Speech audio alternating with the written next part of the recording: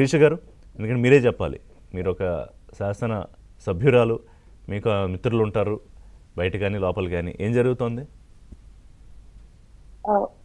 రిషి గారు, నిన్న జాయిన్ అయిన వాళ్ళు జాయిన్ అవుతారని ఇంత ముందే తెలుసు. వాళ్ళు చాలా టైం క్రితమే వాళ్ళు రాజీనామాలు చేస్తే ఇంకా వాళ్ళు రాజీనామాలు యాక్సెప్ట్ చేయలేదు. అయితే ఈ రోజు జగన్మోహన్ రెడ్డి అంటే ఉన్న భయానికి మీరు అన్నట్టు ఇంకా చాలా మంది రావటం లేదు. సొంత బాబాయిని గొడ్డలి పొడితో వేయించిన వ్యక్తికి భయం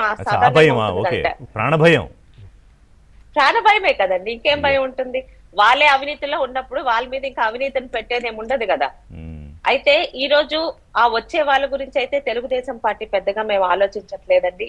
ఈ రోజు చాలా స్పష్టంగా తెలుగుదేశం పార్టీకి, ముఖ్యంగా కూటమి సభ్యులకి, ఇటు చంద్రబాబు నాయుడు గారు, పవన్ కళ్యాణ్ గారి తనకు మార్గదర్శకత్వం, ముఖ్యంగా బీజేపీ నాయకత్వం మీద ఒక నమ్మకంతో రాష్ట్రం ఖచ్చితంగా ఈ ముగ్గురు నాయకత్వంలోని గత 5 సంవత్సరాల్లో పోగొట్టుకున్న అభివృద్ధి అన్ని ముందుకు తీసుకెళ్తాం. దీంతో మాకు ఓట్లేశారు.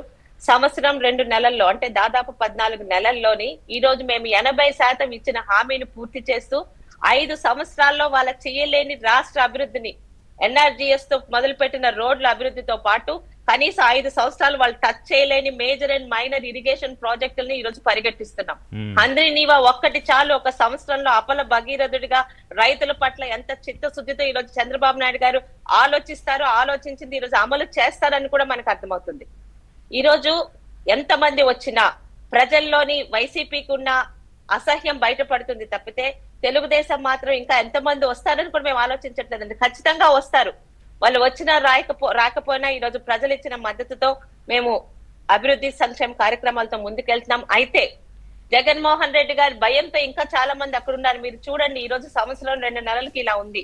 ఇక ఒక్కొక్క అడుగు వెళ్లే కొద్దీ చంద్రబాబు నాయుడు గారు కానీ, కూటమి ప్రభుత్వం చేస్తున్న ప్రజా సంక్షేమ పనులకు ప్రజల్లో వచ్చే రెస్పాన్స్ బట్టి మీరు అన్నట్టు క్యూలు కడతారు. అయితే వాటి మీద మేము అస్సలు ఆలోచించట్లేదు. ఎందుకంటే ఎన్నికల ముందు మాతో ఉన్న వాళ్ళు వాళ్ళు ఇచ్చిన ఈ రోజు మెజార్టీతోని ఇన్ని పనులు చేయగలుగుతున్నాం. ముఖ్యంగా బీజేపీ ప్రభుత్వం, చంద్రబాబు నాయుడు గారు ప్రతి నెల చంద్రబాబు నాయుడు గారు కానీ, లోకేష్ గారు కానీ ఈరోజు ఢిల్లీ వెళ్తున్నారు.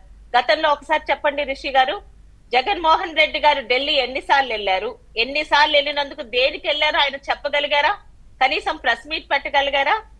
ఈ రోజు అసెంబ్లీలోకి గంట ఇస్తే మాట్లాడుతున్నా ఆయన ఆ రోజు ముఖ్యమంత్రిగానే మాట్లాడలేకపోయాడు. అసెంబ్లీ ఎలా నడిచిందండి?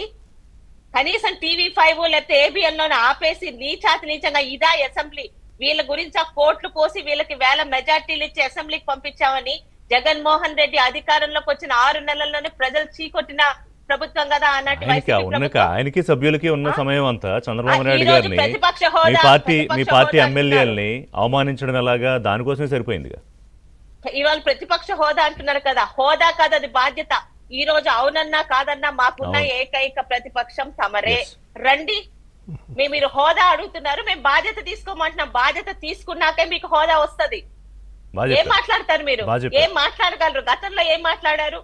తొడలు కొట్టిస్తారా? ఆ మాజీ ముఖ్యమంత్రుల భార్యల మీద మాట్లాడిస్తారా? డిఎన్ఏల గురించి మాట్లాడతారా?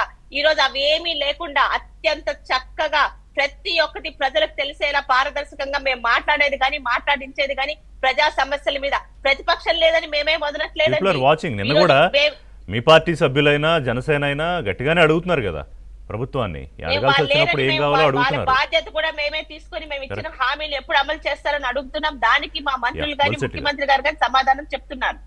బొల్సెట్టి గారు, ఇప్పుడు టీడీపీ బస్సు నాకు తెలిసి ఫుల్ అయిపోయింది. ఏమన్నా మీ దగ్గర కొంచెం ఖాళీలు ఉన్నాయి? మీ బస్సులో